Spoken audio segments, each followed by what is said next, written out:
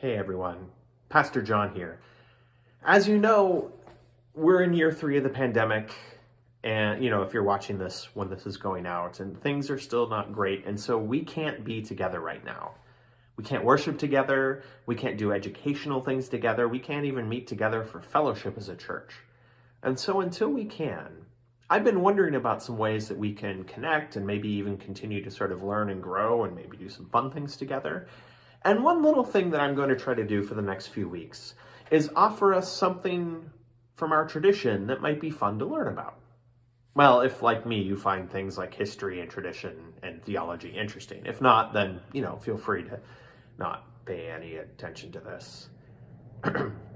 You might know that our denomination, the Presbyterian Church USA, is one that can be described as being a confessional church.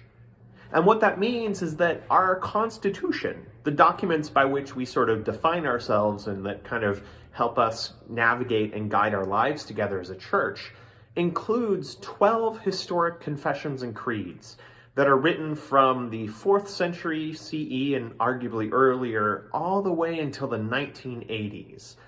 And these are documents that help to teach us who we've been, inform us about who we are, and help us to discern who we will be called to be in the future.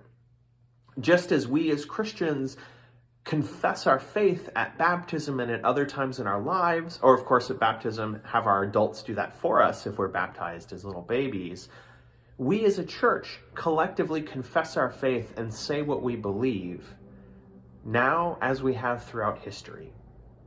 Our book of Confessions is a collection of 12 such times in the life of the church that we have been called to do so publicly.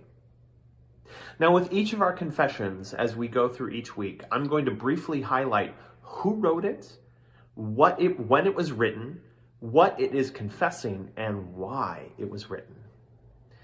And further, if you're interested, here are the sources that I'm going to be using to do that. The first is the book Presbyterian Creeds, A Guide to the Book of Confessions by Jack Rogers. Second, we have Conversations with the Confessions, Dialogue in the Reformed Tradition by Joseph D. Smalls, edited by him. And of course, part 1 of our Constitution, the Book of Confessions itself. Also, and this is fun, almost all of our confessions have banners that go with them, so I will be sure to show you those too.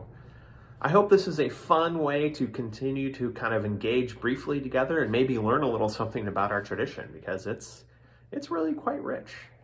So until we can see each other again, friends, stay safe out there.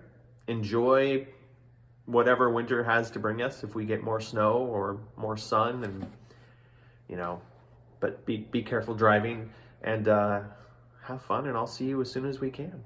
Take care.